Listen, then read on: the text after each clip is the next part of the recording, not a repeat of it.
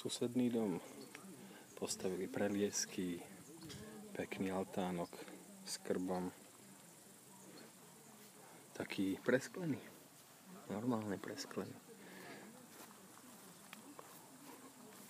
Mamina to chcela kedysi pred rokmi kúpiť, tento domček. A už ho niekto kúpil, prerobil a užíva si ho. Tam je výborné gulášovisko.